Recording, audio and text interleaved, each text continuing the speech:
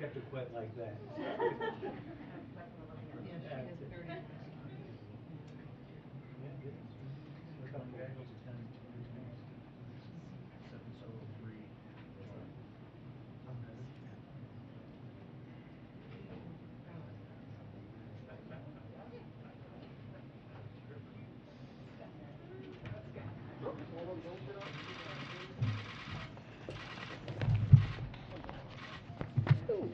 Good afternoon, everybody. Hello. I know that was a long 2 minutes. I apologize. Okay, let's get started. So before we start the briefing, I want to take a moment to recognize the lives lost and forever changed in Buffalo. Former Buffalo Police Lieutenant Aaron Salter, 55, is a hero, a security guard who engaged the suspect to save lives and was killed in the process. Ruth Whitfield, 86, was mother of Buffalo's retired fire commissioner, Garnell W. Whitfield. Ruth was the rock of the family, devoting her life to taking care of her 4 children and husband. Ruth was visiting the former commissioner's father in a nursing home as she did each day, and she stopped at the supermarket to buy some groceries. Catherine Massey, 72, was a well-known community figure who wrote for her local newspapers, assisted in elections, and dressed up in costume as Mr. Broccoli to teach local school children to eat right. Pearl Young, 77, was a substitute teacher and a true pillar in the community who volunteered at a church food pantry every Saturday. Hayward Patterson, 68, a driver and church volunteer. Hayward worked as a driver who gave rides to residents to and from the grocery store and would help with their groceries when he was killed. Celestine Cheney, 65, a grandmother to 6. Celestine had been visiting her sister, and they went to the supermarket because she wanted to get strawberries to make shortcakes, which she loved. Celestine prized her role as a grandmother, survived cancer, and was a regular churchgoer. Robert Drury, 32, a resident of the Syracuse area. She was at the supermarket to get food for dinner while in town visiting her brother. She always was the center of attention and made whole rooms smile and laugh, her sister said. Geraldine Talley, 62, was doing her regular grocery shopping with her fiancé on Saturday when she was shot and killed. According to her niece, Lakeisha Chapman, she was the person who always put our family reunion together and mother of 2 beautiful children. Andra McNeil, 53. Andra was going to the supermarket to get a birthday cake for her son when she was killed. Jahan Smith, McNeil's cousin, said he was a loving father and grandmother who used to check in on everyone. Margus D. Morrison, 52. Margus was a father of 3 and a Buffalo resident. We recognize their lives today and those lost affected by gun violence this weekend in Houston, in Southern California, Milwaukee, and communities across the country. And we honor the bravery of those in law enforcement who responded quickly and with professionalism in Buffalo and who risk their lives every day to protect and serve their communities. Tomorrow, as you all know, the President and the First Lady will travel to Buffalo to meet with families of the victims, first responders, and community leaders. They will comfort the families of the 10 people whose lives were senselessly taken in this horrific shooting, and they will express gratitude for the bravery of members of law enforcement and other first responders who took immediate action to try to protect and save lives. Couple more toppers for you here, items for at the top. In just under an hour, the President will host Prime Minister of Greece and a senior delegation, including their Minister for Foreign Affairs and Minister of National Defense, for a bilateral meeting. The 2 leaders will discuss the U.S.-Greece bilateral relationship, which both our governments agree is at a historical high point. The President and the Prime Minister will discuss our defense partnership efforts to bolster energy security while also combating climate change, our shared commitment to democratic values, and efforts to provide Ukraine with the support it needs to defend itself. The two leaders will also discuss ways to further expand the bilateral trade relationship and U.S. investment in Greece, where several U.S. tech and renewable energy companies have made significant investments. The President and the First Lady, Jill Biden, will then host the Prime Minister and his wife for a reception honoring the conclusion of Greece's bicentennial year of March 25th. Also today, the administration announced an action plan to ease the burden of housing costs, taking a series of actions to address one of the largest items in a typical family's budget and one of the largest drivers of inflation in our economy. As President Biden has said, tackling inflation is his top economic priority. The best thing we can do to ease the burden of housing costs is to boost the supply of quality housing, including building more new homes and preserving existing federal support and market rate affordable housing. Today's action plan includes legislative and administrative actions that will help close America's housing supply shortfalls in 5 years, starting with the creation of preservation of hundreds of thousands of affordable housing units in the next 3 years. This is the most comprehensive all-of-government effort to close the housing supply shortfall in history, when aligned with other policies that the President has proposed to reduce housing costs and ensure affordability, such as rental assistance and down payment assistance. Closing the gap will mean more affordable rents and more attainable home ownerships for Americans in every community. Also today, we have a lot. Today marks 6 months since President Biden signed the bipartisan infrastructure law. Since then, the team has hit the ground running to deliver results for communities across the country in 6 months. The bipartisan infrastructure law has already begun helping fight climate change, advancing environmental justice, boosting domestic manufacturing, strengthening critical links in our supply chain, and lowering costs for working families. To date, the Biden-Harris administration has announced over $110 billion to rebuild roads and bridges, modernize ports and airports, replace lead pipes to deliver clean water, and expand high-speed internet. This includes funding for over 4,300 specific projects touching over 3,200 communities across all 50 states, D.C. and Puerto Rico as well. 53 states and territories have appointed state infrastructure coordinators, responding to the call from Infrastructure Coordinator Landrieu to appoint an individual to coordinate efforts in a state along with serving as a single point of contact for the White House infrastructure implementation team. The President, Vice President, and Cabinet have traveled on more than 125 trips to over 40 states, as well as D.C. and Puerto Rico, to demonstrate how the President is delivering on this once-in-a-generation opportunity. The last thing I promise, and then we'll go to your questions, but before I do that, I just want to say a few words about how honored I am to be here with all of you today in this role, in this room, standing behind this podium. I am obviously acutely aware that my presence at this podium represents a few firsts. I am a Black, gay, immigrant woman, the first of all 3 of those to hold this position. I would not be here today if it were not for generations of barrier-breaking people before me. I stand on their shoulders. If it were not for generations of barrier-breaking people before me, I would not be here. But I benefit from their sacrifices. I have learned from their excellence, and I am forever grateful to them. Representation does matter. You hear us say this often in this administration, and no one understands this better than President Biden, which is why his administration is not only the most diverse in history, it is filled with barrier-breaking women and men, from the vice president to the cabinet secretaries, to his Supreme Court nominee, to senior staff throughout this administration.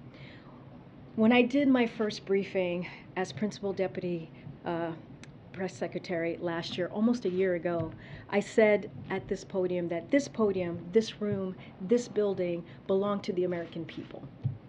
We work for them. It's not about me. It's about them. It was true then, and it is very true indeed today.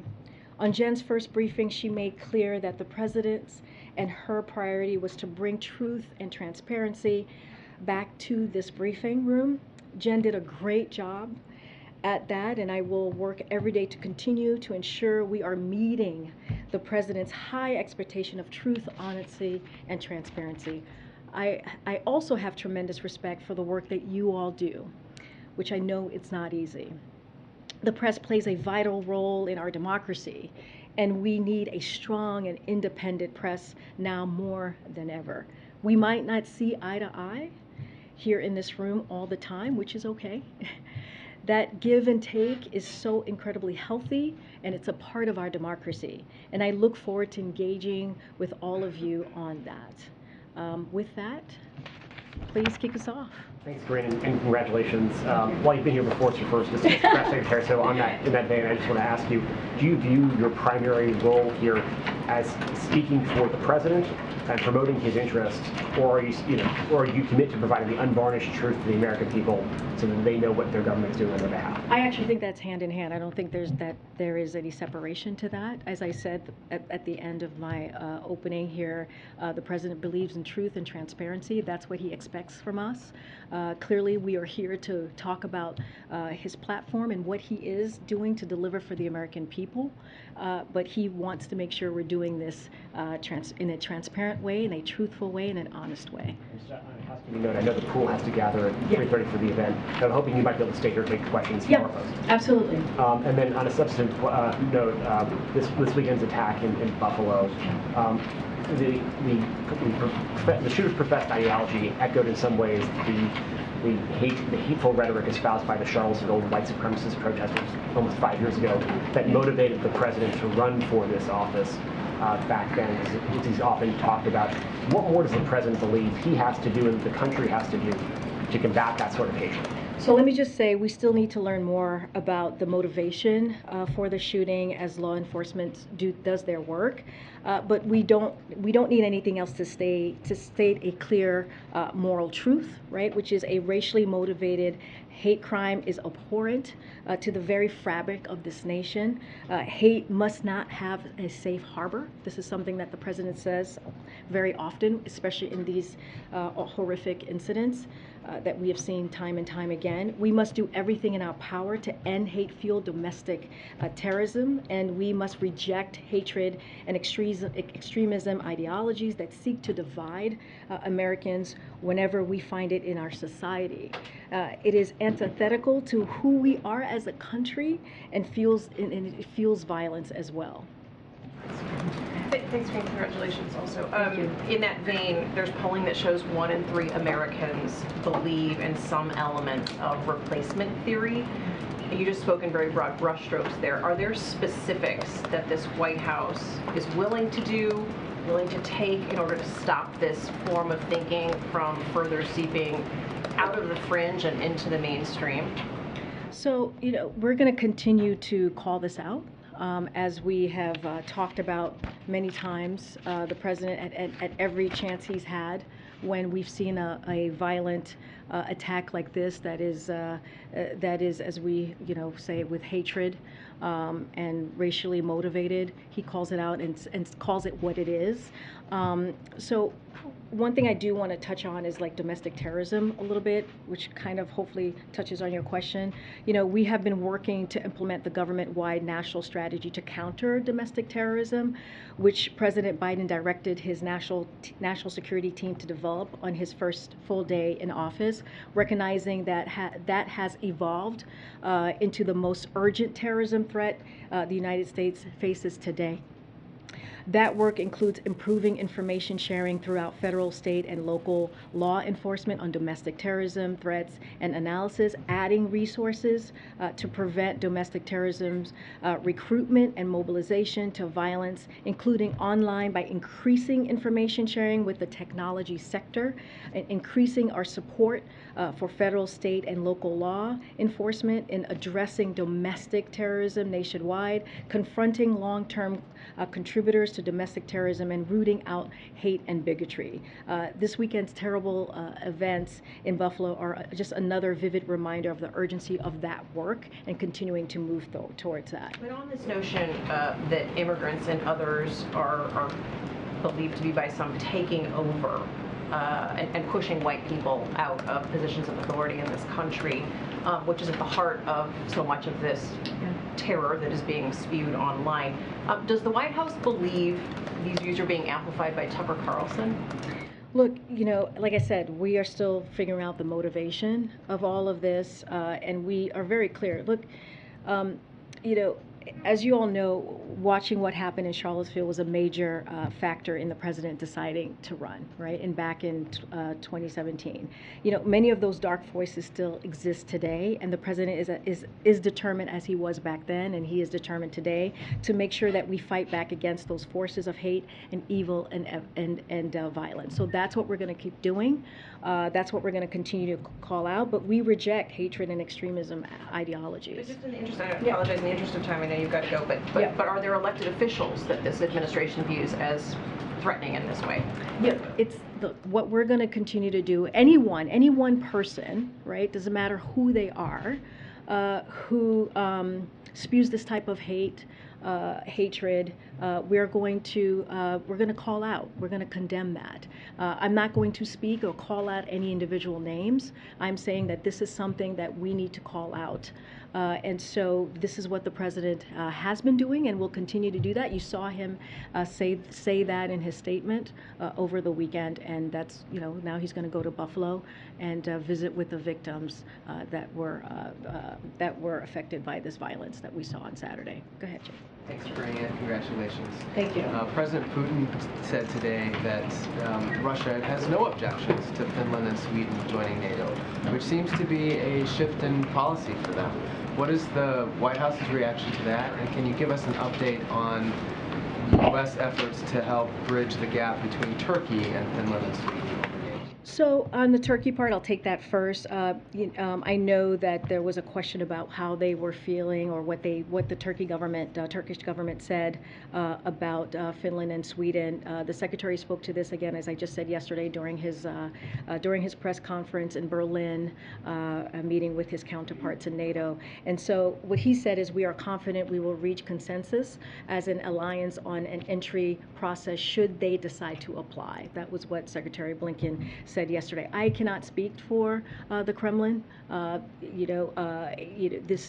This we believe we believe in NATO's open door policies and the right of each country to decide its own future, foreign policy and security arrangements. That's what we believe, and so we welcome the recent statements from governments of Finland and Sweden on their intention to seek NATO membership. We will strongly support these applications when they are formally presented in Brussels. Both Finland and Sweden are close and valued defense partners of the United States and of NATO. Secondly, when and why did the president decide to have additional troops sent to Somalia? Yeah, I know that was just announced, I believe earlier today. So the president has approved a request from the Secretary of Defense to reestablish a persistent U.S. military presence in Somalia to enable a more effective fight against al-Shabaab, which has increased in strength and poses a heightened threat. This is a repositioning of forces already in theater who have traveled in and out of Somalia on an episodic basis since the previous administration made the decision to withdraw. That was back in January 2021, as you might recall. As we've emphasized throughout his administration, we're approaching counterterrorism in a manner tailored to the particular terrorist threats that we see emerging from particular countries.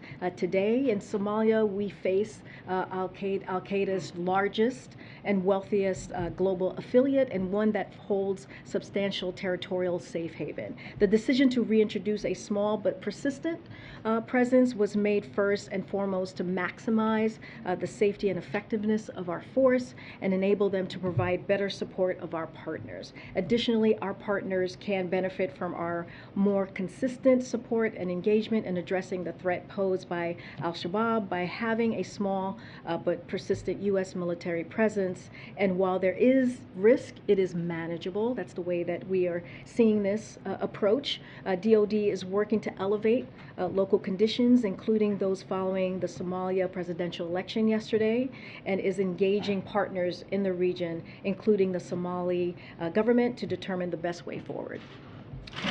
Thanks, Karine. Two questions for you. Sure. One, there are some elected officials and media figures who are publicly espousing xenophobic, racist, and extremist views that may be helping to spread white nationalism. You just told my colleague here that you don't want to call out any names. Why don't you want to do that? Does that come from the president himself? No, I think because it doesn't matter who it is. If a person espouses hatred, we need to call that out. I'm not going to get into a back and forth on names and who said what. We're just saying if someone does that, if there's an individual that is espousing hate, xenophobia, has just white supremacy type of extremism, we need to call that out. And this president has done that. He's done that at every unfortunate violent event that we have seen. As we know, Charlottesville, as I just mentioned, was the reason that he decided to jump into this election back in 2019. Can we just explain for people who are watching? Yep. For folks who are watching, Pool is departing. The president is getting ready to have his event. No, it's okay. I mean, that would be a great first day. One for the books. The press gets up and walks away. But they did. The president is much more important than I am, for sure. Those who stayed will be rewarded, correct? I mean, I will. You guys all deserve rewards. How about that? Go ahead, Nancy. I'm so sorry. I'm sorry, MJ. I'm so sorry. Go ahead. On a separate topic, the president told my colleague Jeremy Diamond on Friday, when he asked if the administration should have acted sooner on baby formula shortage, if we'd been better mind readers, I guess we could have. This doesn't seem like a situation that would have required mind reading. As you know, the recalls date back to February. I believe Politico reported months ago that the FDA was first warned about the suspected bacteria issue as early as September. Are there any specific actions that this administration took, meetings, phone calls, briefings in February or any earlier to begin addressing this potential shortage? I mean, you've heard us talk about this. You've seen my colleagues on your networks talking about what we have done since February. We've been working on this 24/7. But I do want to give you a little bit of an update of where we are. So getting more safe and fit formula onto shelves across the country is one of the president's top priorities, right? This is something that he is focusing on very acutely. And again, I said 24/7, we have been working on this since we learned about this back in February. It's important to remember this shortage exists because Abbott closed a facility because of safety concerns from the FDA. The FDA is working closely with Abbott to bring the facility back online safely. That's the key here, safely. We want to make sure that this is done in a safe way. We are very close to having a path forward to safely reopening the facility. You can expect an announcement from FDA later today on that will go into more details. We're also moving as quickly as possible to safely bring in additional product from other countries as soon as today as well. We will be able to make an announcement on the expedited process to bring additional safe conduct product to the American store shelves. And throughout the weekend, we've been working closely with manufacturers and retailers to identify transportation and logistical needs to increase the amount and spread of FDA-approved formula being shipped into the country and ensure that formula is quickly moving from factories to retailers. The president understands, he gets this, he gets how stressful it is for parents trying to feed their children, which is why we're leaving no stone unturned to make more safe formula available. If parents need help finding formula, I encourage them to consult their pediatrician or visit hhs.gov/formula. But we have been working on this from February. Our administration has been. We were just curious whether there are specific meetings, briefings, phone calls that you could point us to. I don't have anything specific for you to point to. I'm happy to go back and get that, make sure that we are fully transparent on what we've been doing. But this has been this is an important priority, a top priority for the president. His team has been working overtime to make sure that we get formula back on the shelves, and we want to do this in a safe way. And again, we cannot forget how we got here. Abbott closed the facility because of safety concerns from the FDA. The FDA wanted to make sure that formula was going out in a safe way, and that is the job of the FDA, and that is the job of this administration as well. And just very quickly on Abbott, Secretary Becerra said today in terms of when things would be back to normal that Abbott is the one that can tell you the timeline. We don't run their plants. Do you know if anyone from the federal government is currently at the plant or has visited the plant to get a sense of where things stand? I don't have any information about if anyone's on the plant. I can go back to our team and figure that out more specifically, but there are a lot of, what I can say is there are a lot of dates floating around out there, but at the end of the day, the infant formula market is tight because the Michigan Abbott facility is offline currently, which is what we're trying to do. This is the announcement that you guys will hear from FDA later today on how we're helping them to do that. We're taking a range of steps to get more supply onto shelves from domestic and international locations and offering a suite of resources to move supply onto the market. As the Secretary said, Abbott can't speak on it to an exact timeline for reopening, but FDA is and will be prepared to effectively and quickly certify moving out safe products onto shelf as it is obligated to. And so that is going to be our focus. FDA is going to work closely with Abbott and make sure that we get them running again. Go ahead, Nancy. Thanks, Karine. Congratulations. Thank you, Nancy. When you talk about importing more product imminently, what is the criteria going to be for which formula can be imported? Will the administration allow formula that was not produced in FDA-approved factories overseas to be imported, or European brands, for example, that aren't currently sold in the U.S.? Okay. So, as Dr. Califf was on various networks today, the FDA have said that it will release guidance as soon as today on how major formula manufacturers can bring in product that is not currently being produced for the U.S. market, as you're alluding to there, Nancy, and to your question. Companies will need to apply with the FDA, and FDA is prepared to review applications quickly and respond to them rapidly. FDA will prioritize review of applications that are most likely to be successful and will get the most formula to U.S. shelves as quickly as possible. All companies will meet the FDA's gold standard for quality control, and only safe products will come to America's shelves, as the FDA commissioner said and explained in detail this morning. At the White House, our role, what we'll be doing is we have alerted embassies, retailers, and manufacturers to identify potential companies that would make use of the new FDA importation process. Once FDA has finalized its rules, we will be ready to provide information to the public on using the new system quickly and safely and bring new supply to the market. And New York Senator Kirsten Gillibrand says the president should be invoking the Defense Production Act to increase supply more quickly. Is the president still considering that? And if not, why not? I mean, we're pretty much where we were before on the DPA. We're leaving no stone unturned, and every option is on the table, as we have been saying for the past several days. I have no update on the DPA and where we are, but what we're taking action is to make more supplies available as soon as possible, as you've been hearing me say.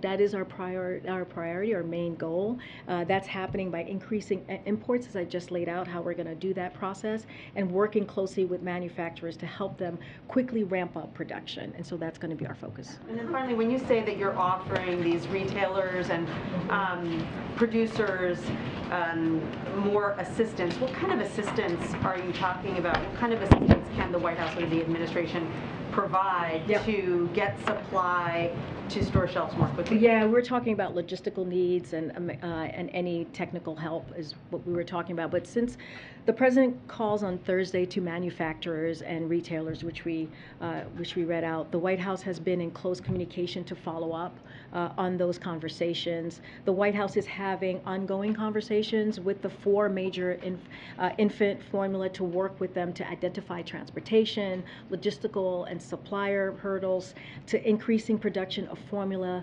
at their U.S. and FDA-approved facilities, to expand the amount and speed of FDA-approved formula being shipped into the country, and ensure that formula is quickly moving to retailers from factories. We are also in ongoing communications as we talk about retailers here as well with Target and Amazon and Walmart and other leading retailers for baby formula to identify parts of the country that may be at risk of critically low supply of infant formula, and have offered to work with manufacturers and retailers to bring more formula to those parts of the country, including the U.S. government transportation and logistical support. Last, we are also contacting suppliers to infant formula manufacturers to inform them that their materials are critical for boosting U.S. infant formula production, and they should prioritize their production and delivery. So essentially, in short, we want them to know we're standing ready to provide the resources or support needed to move safely to get this to the shelves as soon as possible. Go ahead. Yeah, COVID cases are up 61% in the last 2 weeks. Hospitalizations are up almost 25%. Is the White House concerned that the pandemic has not moved on from us? I mean, look, you know, Dr. Jha was here not too long ago. I think he very, very early in his tenure, he stopped by and answered all of your questions, and he said this is tricky, right, when it comes to COVID. And the thing that we have to remember, and we keep saying from here, is that people have to get vaccinated. They have to get boosted.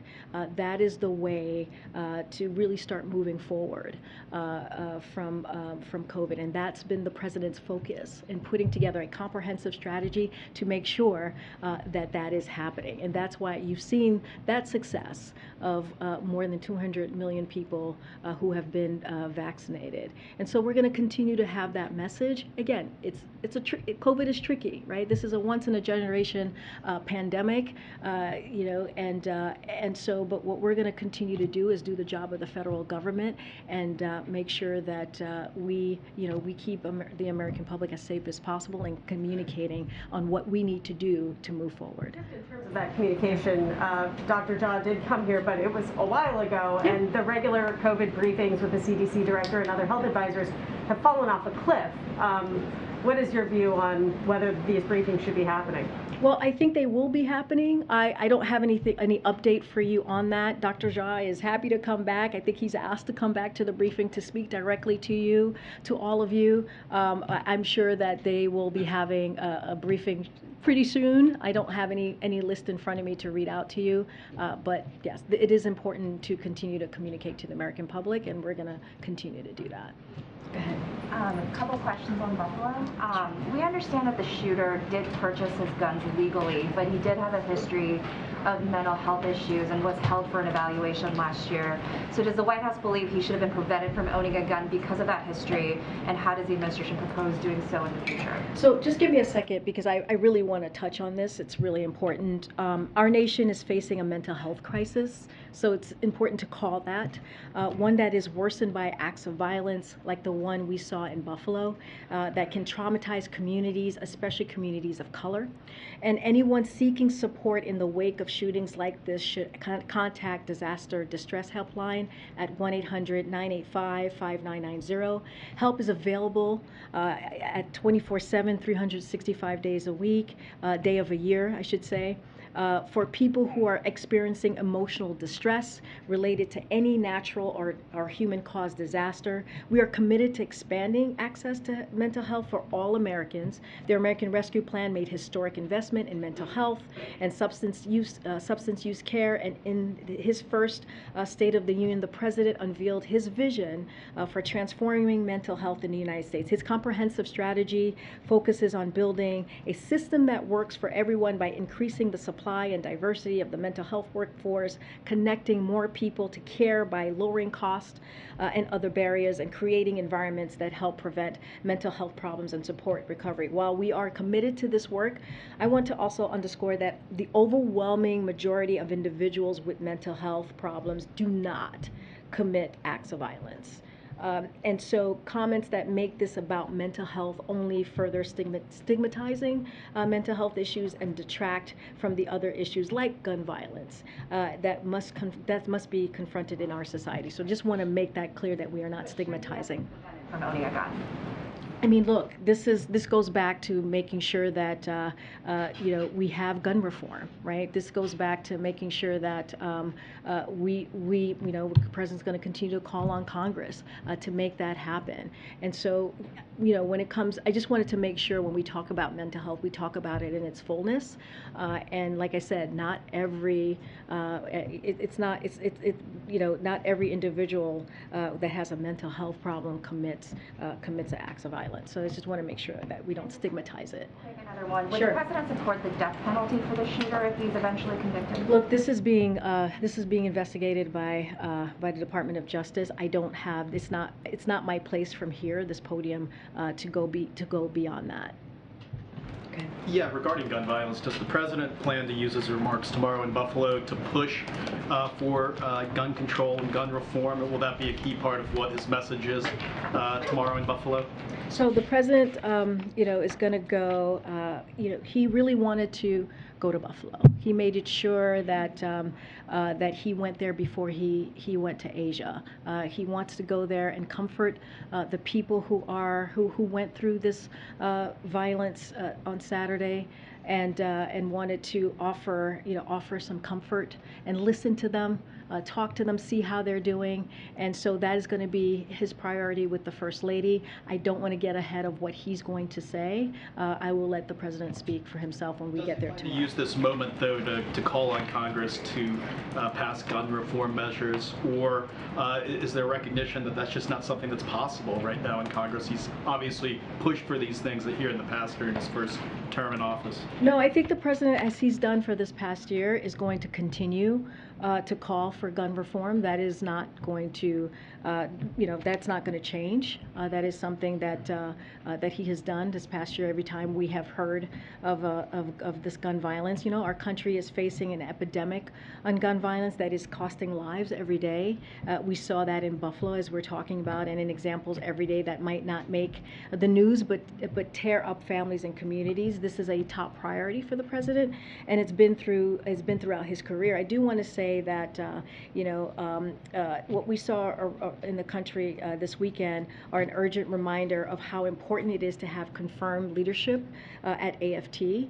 So I want to take that moment to say AFT agents are playing a key role in the investigation in Buffalo, and they are risking their lives every day to combat domestic terrorism and crack down on gun traffickers, to keep our streets safe from violent crime. If the Senate wants to get their back, and they should confirm Steve Dettelbach to lead the agency. Dettelbach is a career prosecutor who was confirmed unanimously last time he was before the Senate. He was the support of former federal prosecution. He has the support of former prosecutors from both parties, including the team that prosecuted the deadly Oklahoma City bombing domestic terrorism case. He has the backing of major law enforcement groups, including one that represents many of the rank and file ATF agents he's going to lead as ATF director. So that is something that is really important that we make sure that we get that done, and we're calling on Congress to do that. Thank you.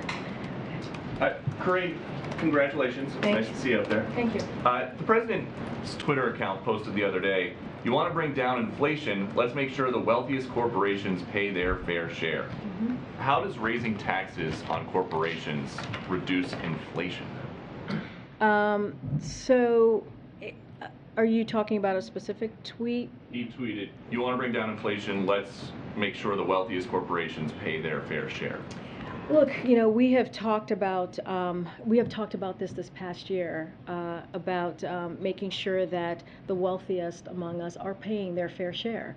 And that is important to do, and that is something that you know, the president has been, you know, working on every day when we talk about inflation and lowering costs. And so it's very important that you know, as we're seeing costs rise, as we're talking about how to you know, build a America that's safe, that's equal for everyone and doesn't leave everyone behind. That is an important part of that as well. But how does raising taxes on corporations lower the cost of gas, the cost of a used car, the cost of food for everyday Americans? So look, I think we encourage those who have done very well, right, especially those who care about climate change, to support a fair tax code that doesn't charge manufacturers, workers, cops, builders a higher percentage of their earnings, that the most fortunate people in our nation, and not let that stand in the way of reducing energy costs and fighting this existential problem, if you think about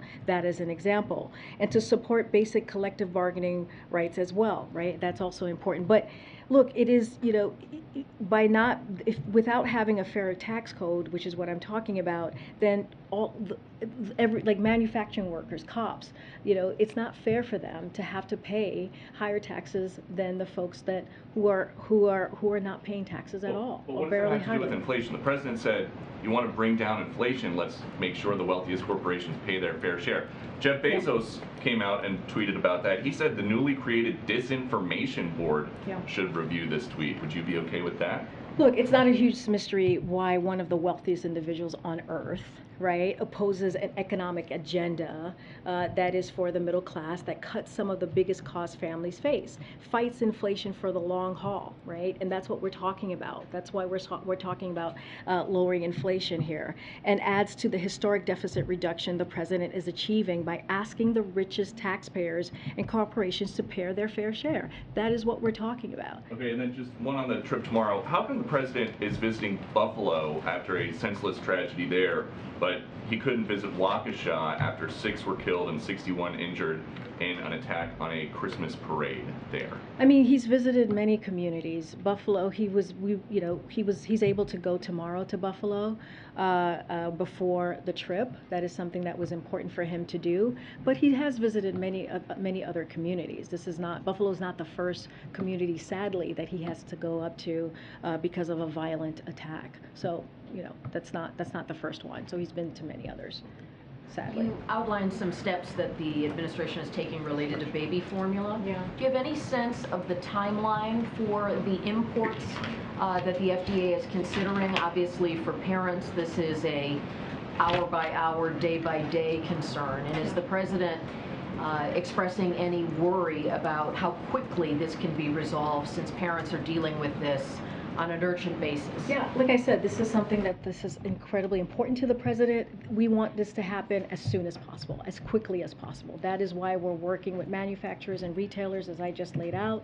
That's why FDA is working with Abbott to open up that facility. So we want to get this done as quickly as possible. And that's why we've been working 24/7 to make that happen. Do you have a sense of the timeline when FDA announces? Does that mean the production will be up and running in a matter of days? Do you know when imports would be approved? Yeah, I don't have a timeline on that. I know, again, we want to make this happen quickly.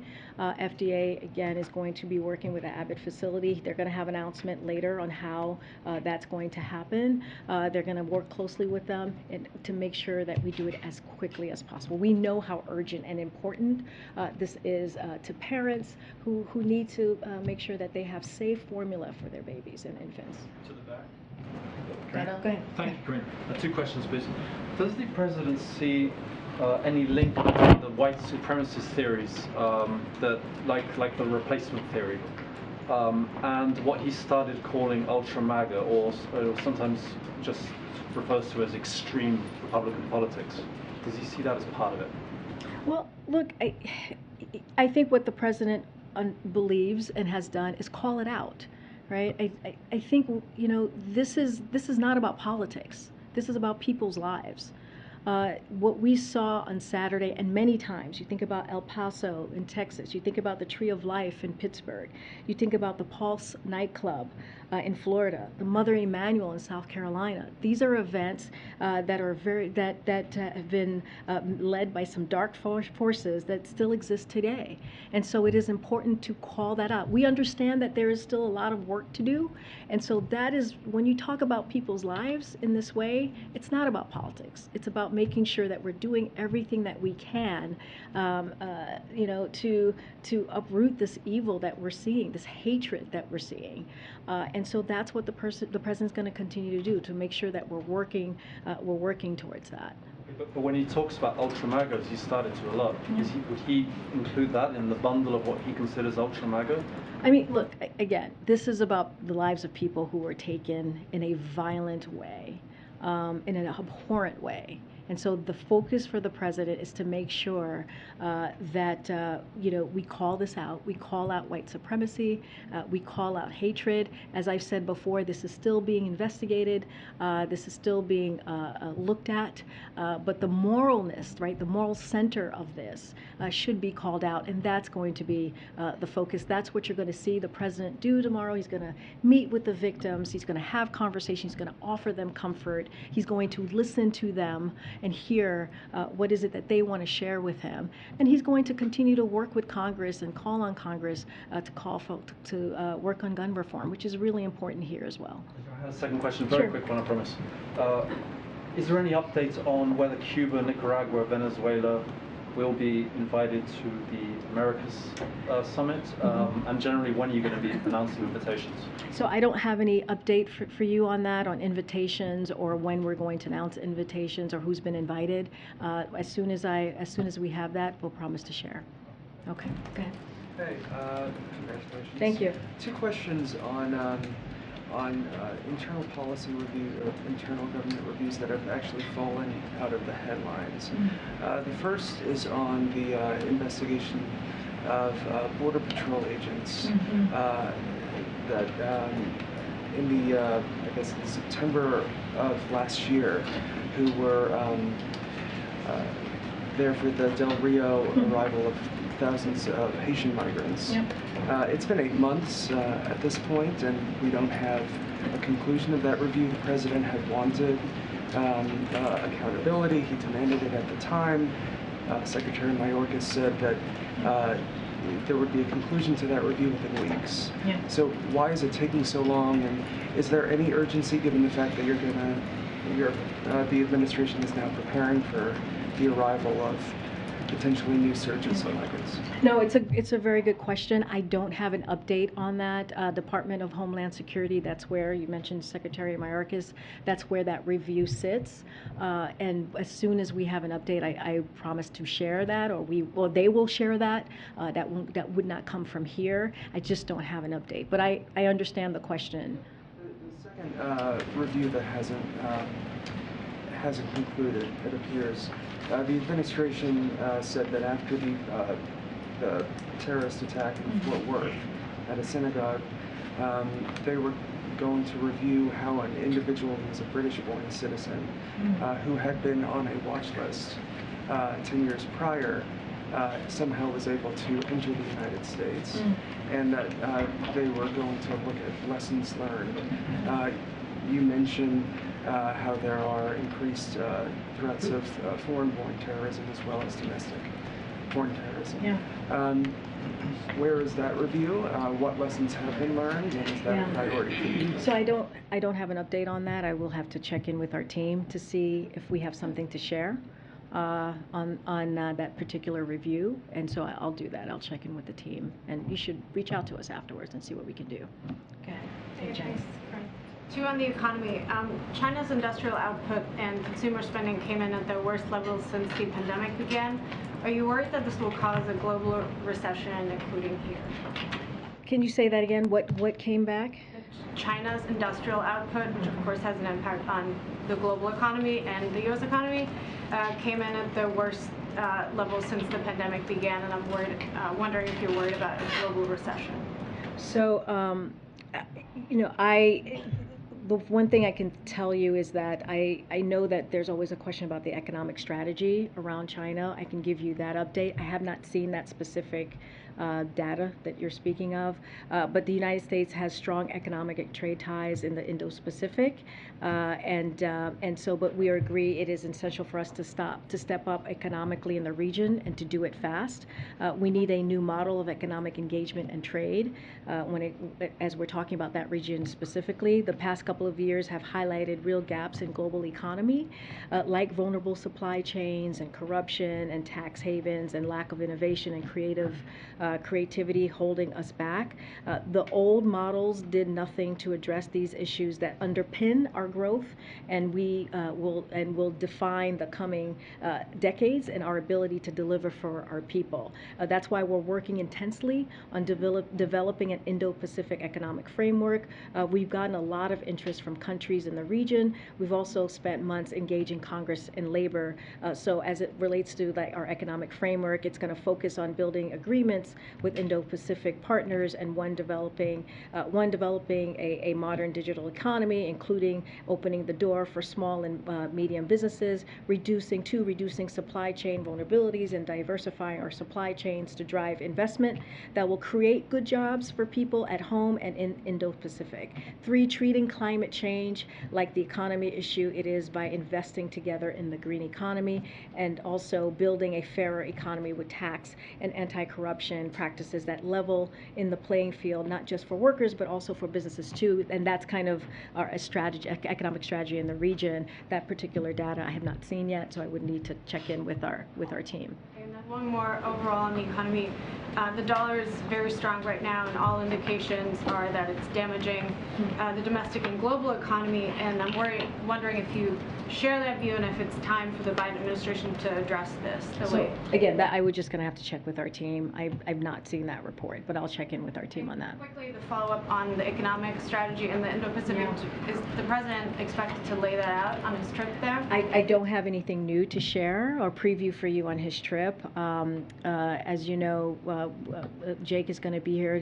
Jake Sullivan, National Security Advisor, the President's National Security Advisor, is going to be here on Wednesday, and he'll talk more and give a little bit more depth on what's happening, what we're going to be doing, the messaging and the goals in Asia. We'll also have calls. As you know, we tend to do these background calls leading up to the trip, and those background calls will give you a little bit more information on Indo-Pacific, what the goals and what we're delivering. I don't have anything specific on that. Go ahead, Stephen. Probably a good question for Jake, but I'll ask you because it's timely. Yeah. Does the White House have a response to the India move over the weekend to block wheat exports? I don't have an update. I don't have anything for you on that. Yeah. Karine, yes. On the several civil rights groups are calling for a forum, a summit on hate crimes. Is that something you all are considering? Yeah, we've heard of this of the summit. I don't have anything for you to preview or to confirm on if we're going to have that summit here at the White House. Clearly, we're constantly talking to organizations and leaders in the communities and having constant dialogue, but I just don't have anything new on that. Yeah. This morning, the Supreme Court ruled against a man who immigrated from India, and they ruled that he was deportable essentially because he checked the wrong box on the driver's license application. Is that a case that the Biden administration might try and intervene on, or what do you think of that decision? My guess is it's going to go to, that would be a Department of Justice to decide, not for us to decide on, and so I would refer you to DOJ. Go ahead. Thank you, and congratulations. Thanks. I was hoping you could offer a little more of an explanation about something you said earlier, where you said that though you did not want to call out by name individuals who have been espousing racist theories that could be fueling violence. I guess my question is, why not? Particularly if they're individuals who have very large platforms and theoretically carry a lot of influence. This would be people accused of doing so include the #3 Republican in the House and the host of the #1 cable news show on television. Why not call them out by name? I mean, look, what we saw on Saturday was devastating and horrific. You know, it is what we want to do is making sure that we send a very clear message that hate must have no safe harbor. And we must do everything in our power to end hate-fueled domestic terrorism. And we must reject hatred and extreme ideologies that seek to divide Americans wherever we find it in society. It is antithetical to who we are as a country. And that is what we want to make sure that we're doing. It doesn't matter who it is. This is something like morally, the moral truth of this is that, you know, it is a racial motivated hate crime and it's abhorrent. And so that's what we need to call out. It doesn't matter who that is. And that's what we're trying to make clear here. We're not going to get into politics here about this. We want to make sure that we're calling out what we're seeing. These are people's lives. At the top of this, of the briefing, I talked about 10 people. 10 people who are doing what many of us might be doing on a Saturday, is going shopping. You know I go to the supermarket with my 7-year-old very often. If it's not on a Saturday, it's on a Sunday before the week starts to get what we need for the week. I mean, this is what happened to everyday people from 20 years old to 86 years old. That's what we saw on Saturday. And so we need to call that out and do everything that we can to really deal with this issue. And we know we have a lot of work to do. But you know, it matters to some, right? It does matter to some people who it is that's calling it out. And when you don't call out the individual, they feel as if you're backing away from the issue. No, but we're not. That's to the point. No, we're not backing. How are we backing away from the issue? Because you won't name Wait, who it is. But here's the thing. We're calling out what is happening. We're going to the heart of the issue, the hatred of the issue. Why, but I guess my point is, you know, this is a president, right, who decided to run because of what he saw in Charlottesville, right? And he talked about the soul of the nation. And it was something that propelled him to jump into the 2020 primary because of what this showed, because it was, again, against who we are as a country, as he believed it to be. And so, you know, it is something that is important to remember, and this is a president that calls it out every time we see this horrific violence. And it's not about, once you get into calling out people's names, then you move away from that issue, right? You move away from that issue. So that's why I'm not going to do that from here. I'm going to focus on, as I did when I started, the 10 lives that were murdered, everyday people doing everyday things, and that is why the president's going to Buffalo tomorrow. Go ahead, April. Karine, first of all, congratulations. Two polar opposite questions. One, I know. Oh boy. One on the issue Saturday, but I'm going to take it in another vein that you just mentioned. Yeah. The president ran on the issue of the soul of this nation. Yeah. Charlottesville. He speaks now of equity and inclusion. He's strengthened civil rights in DOJ. He's strengthened civil rights in other departments in this White House. Yeah. But where are the teeth when it comes to changing this hate that has been plaguing this nation since the inception of this nation? Where's the teeth that the president, people are expecting when it comes to these issues? And on the summit issue, is the White House looking at what Bill Clinton did? The precedent of having the race initiative. We brought people from all walks of life together to discuss issues of race, the browning of America. Is the president looking at that as well? And then I have another question. Oh, okay. Okay, stop there. Okay. You know, this is a president that has been very clear about race in this country, right? When he walked in, he talked about the multiple crises that we're facing us as a country. He talked about COVID, the economy, climate, and where we are with race. And he's called it a crisis. And he made it a point in his administration, what he can do on the federal level to really deal with that in a way that we've not seen before. You know, one of the first things that he signed when he walked into this presidency is an executive order to make sure that there's fairness, equality, and representation in the federal government, in federal agencies. And that is something that Susan Rice and her team, the Domestic Policy Council, has taken on. And they've made that a priority. Look, I know, April, and we all know, there's still so much work to be done. This president is committed to that work, and he has not shied away from it. He has called out the hatred that we have seen, the violence that we have seen when it comes to racially motivated attacks. He's been very, very clear on that. Is there more work to be done? Absolutely. Is the team here looking to see what else we can do? Absolutely. And so we're just going to continue to do that work. But I do want to say, you know, tomorrow, you know, the president wants to go to a community. He wants to grieve with them. And he wants to send a message to the entire country that we stand behind them and with them. And that is so important as well as a president. He will try to bring some comfort to the community, particularly to those who lost loved ones. And you know, we hear him discuss some of things he said Saturday about the hate must have no safe harbor. You heard me say that. It's probably the third time I've said this in this briefing, and it really does. It doesn't in this country. And so any racially motivated hate crime is abhorrent to the very fabric of this nation. And so that's what you're going to see him do, and that is going to be the focus tomorrow. And the second other opposite question, you're making history. No. Yeah. On so many levels. So many communities are so proud of you. We're hearing it on social media everywhere. You're the first. What does that mean for the broader community, particularly Washington, white male dominated still, even though we had the first black president? The broader society that is majority does not look like you. No. What does this say? Because it's not window dressing.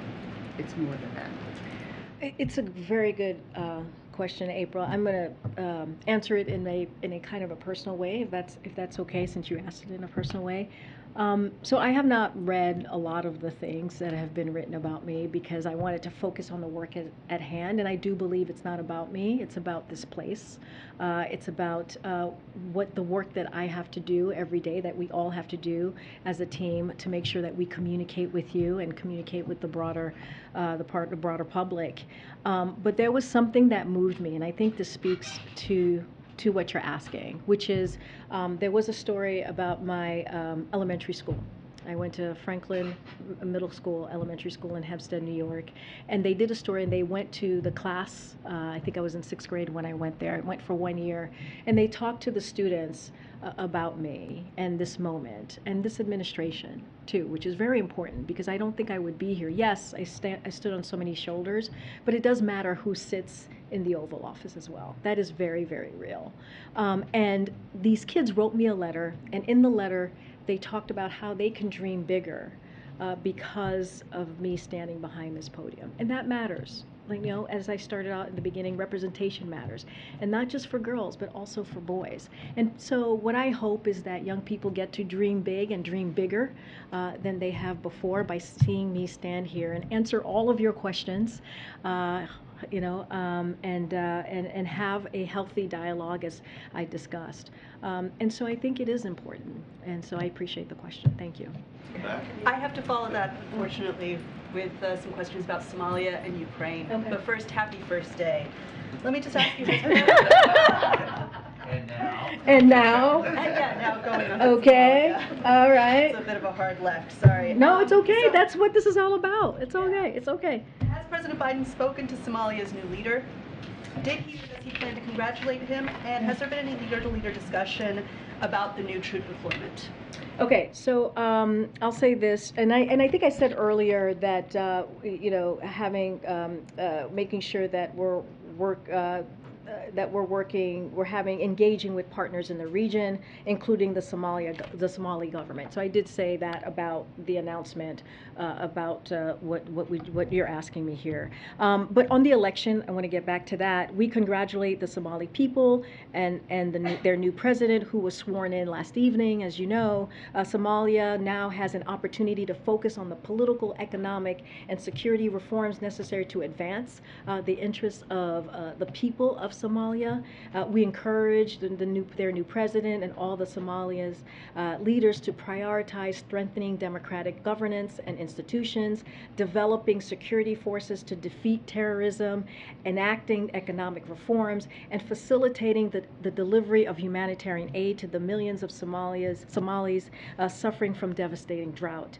We look forward to the timely formation of a new government and to partnering with Somalia's leaders to achieve our shared goal to a peaceful, democratic, and prosperous Somalia. Move on to Ukraine. So have the two presidents spoken yet? I don't have a conversation or a call to preview for you. The president said he wants to go to Ukraine for a visit. Any movement on that issue? I know that, to your point, he wants to visit Ukraine clearly in the future, but there's no plans to go at this time, I should say. He sent Secretary Blinken and Secretary Austin to Kiev to demonstrate our unwavering commitment to Ukraine, and the First Lady, as you all know, went for Mother's Day to send an important message that the American people stand with the people of Ukraine. You know, the president, as you guys know, because we've read out some of these calls, speaks to President Zelensky and leaders around the world regularly as we organize the world's response to Russia's invasion. Thank you, Karine. Oh, okay. Thank you so much, guys. I'll see you on Wednesday. Hopefully I'll see some folks in Buffalo, and we'll do this again. Thank you all. Thank you. Thank you, everybody. All right. Thanks, guys.